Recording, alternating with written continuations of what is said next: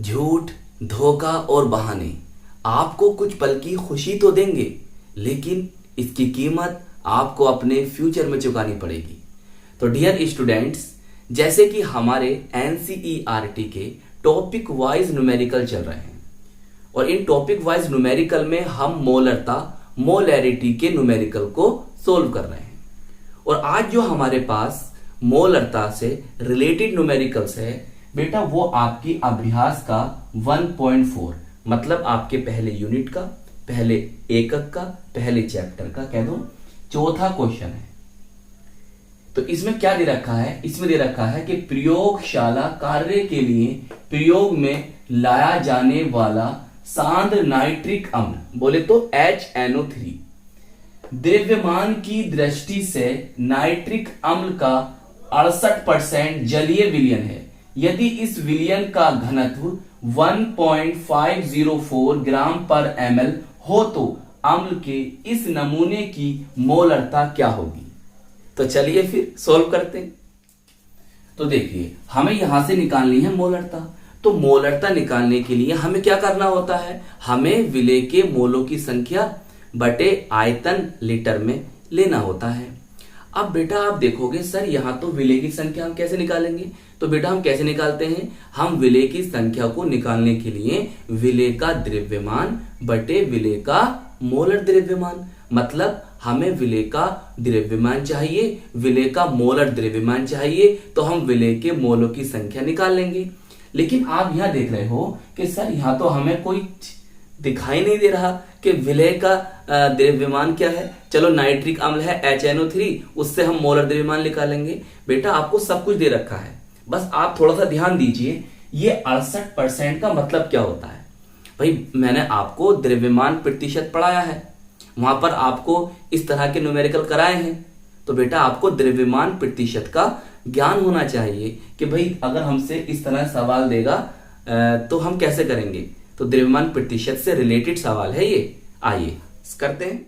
तो ये हमारे सॉल्यूशन है। क्या लिखेंगे हम?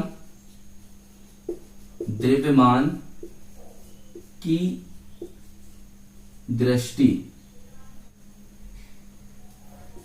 से 68% नाइट्रिक एसिड, बोले तो HNO3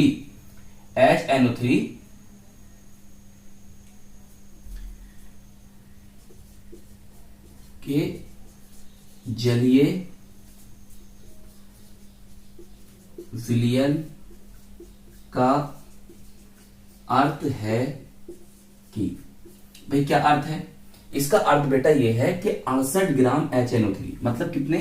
68 ग्राम HNO3 जो हैं वो 100 ग्राम विलयन में घुले हैं। समझ में आई? 68% द्रव्यमान की दृष्टि से या भार अनुसार भी लिखा मिल सकता है। भाई आपको कह देगा 68% ब्रैकेट में लिख देगा भार अनुसार। तो इसका मतलब बेटा यही होता है कि 68 ग्राम HNO3 या कह दो 68 ग्राम विलेय। तो विलेय कौन है? HNO3 है। तो 68 ग्राम HNO3 100 ग्राम विलयन में घुला है। तो यहां से हमें क्या प्राप्त हो गया बेटा? हमें यहां से जो हमारा विलेय था बोले तो HNO3, तो HNO3 का द्रव्यमान या मात्रा या लिख सकते हो भार, लेकिन द्रव्यमान लिखना बेहतर है। HNO3 का द्रव्यमान बेटा कितना है? 68 ग्राम। अब हम क्या करें बेटा? हम ना HNO3 का मोलर द्रव्यमान भी निकाल लें। तो HNO3 का मोलर द्रव्यमान इंग्लिश में कहते हैं बेटा मोलर मास, सही, या हम इसे अणु भार भी लिख सकते हैं। कितना होगा? देखिए हाइड्रोजन में बेटा 1 होता है परमाणु भार, नाइट्रोजन का परमाणु भार बोले तो एटॉमिक वेट 14 होता है, ऑक्सीजन का होता है 16, लेकिन 3 परमाणु हैं तो मल्टीप्लाई 3 से करेंगे तो कितना आ जाएगा हमारे पास? 63 ग्राम पर मोल आ जाएगा। और देखिए बेटा यहां से ना जो हमारा विलयन है, विलयन तो विलयन का द्रव्यमान भी पता चल गया हमको। कितना हो गया? कितना है? 100 ग्राम। कितना बेटा? 100 ग्राम। तो आपको 68% से इतनी बातें पता चल गई। भाई विलेय का द्रव्यमान 68 ग्राम हो गया और विलयन का द्रव्यमान 100 ग्राम हो गया। हमारा विलय HNO3 था, सोल्यूट हमारा HNO3 था, हमने इससे मोलर द्रव्यमान निकाल लिया। तो बताइए इतनी बात समझ में आ गई? सही है। अब सर हमें मोलरता निकालने के लिए, हमें मोलरता को निकालने के लिए क्या चाहिए होता है? सर हमें आयतन चाहिए होता है, और हम आयतन काय में लेते हैं? लीटर में। तो हम सर आयतन कहां से निकालेंगे? बेटा आयतन निकालने के लिए हमारे पास उसने घनत्व दे रखा है, डेंसिटी दे रखी है, तो हम इससे आयतन निकाल देंगे। कैसे? आइए, आपने एक फॉर्मूला याद करा होगा कभी क्लास 9th में, और उससे ही पहले क्लास 8 में भी आपको मिल सकता है। क्या याद करोगे? वही लगाना है। यहां पर क्या लगाना? देखो, विलयन का आयतन,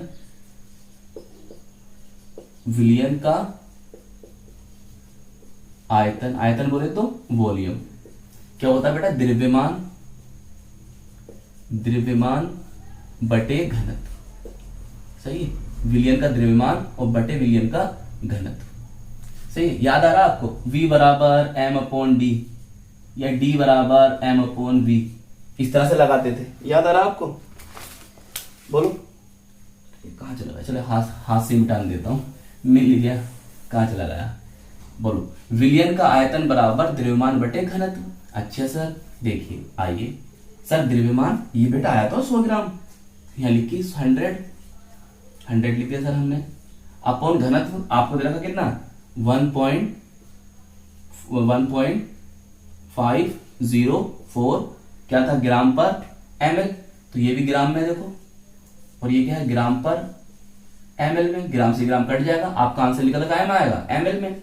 तो आप इसे डिवाइड करो 100 अपॉन 1.504 को जब आप डिवाइड करोगे तो बेटा कितना आ जाएगा आपके पास? 60.5 ml। ml तो बचेगा, ग्राम से ग्राम कट गया तो ml बचा, तो लगभग आपके पास 66.5 ml आ जाएगा। आप कह रहे थे हमें लीटर में चाहिए, तो बेटा लीटर में कर दो। आप लीटर में करने के लिए क्या करेंगे? हम सर 1000 से भाग कर देते हैं लीटर में करने के लिए। तो सही है, हम 1000 से भाग कर देते हैं इसको। जब 1000 भाग करेंगे तो क्या आ जाएगा? पॉइंट इधर खिसकेगा, मतलब 0.0665 L। L बोले तो लीटर। सही है। L क्या है हमारा? ये लीटर है बेटा, लीटर। चलिए अब बताइए, आपको विलय का भार पता चल गया? सर पता चल गया। आपको विलय का मोलर द्रव्यमान या अणुभार पता चल गया? सर पता चल गया। हमें आयतन लीटर में पता चल गया? चल गया। बस तो यही तो फॉर्मूला होता है मोलरता का। सिंपल, इतना आसान है। या बेटा ऐसे भी कर लेते हैं, पहले मोलों की संख्या निकाल लो, या हम मोलों की संख्या उसी के साथ निकाल लें।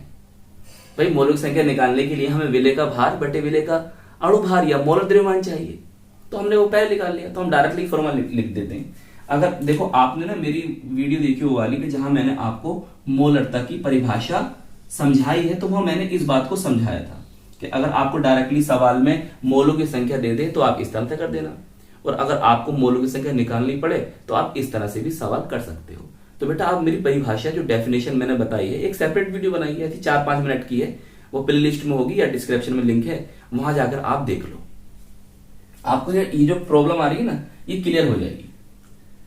देखिए मोलरता को हम काय से डिनोट करते थे बेटा? कैपिटल M से, मोलैरिटी। सही। HNO3 का द्रव्यमान, सही है, अपॉन HNO3 का मोलर द्रव्यमान, मोलर द्रव्यमान अपॉन आयतन काय में है? विलयन का आयतन लीटर में, विलयन का आयतन लीटर में। बताइए इतनी बात समझ में आ गई? ध्यान से समझो, देखो समझ में आ रही है? चलिए अब वैल्यूज रखिए। HNO3 का द्रव्यमान बेटा 68 ग्राम, 68 रखा आपने, सही है सर। मोलर द्रव्यमान कितना है बेटा? 63 रख दिया आपने, अपॉन वॉल्यूम सर ये है हमारे पास 0.0665 लीटर।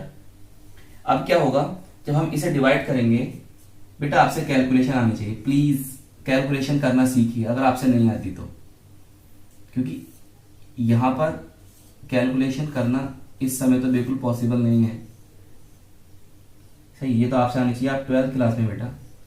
चलिए इससे आप इसे भाग करोगे तो अब आपका आंसर लगभग कितना आ जाएगा बेटा, 16.22 m। सही, ये क्या है आपकी मोलरता, मोलरता। सही, इस m की जगह आप क्या लिख सकते हो वो भी मैं बता देता हूं, या आप लिख सकते हो 16.22 ग्राम पर, सॉरी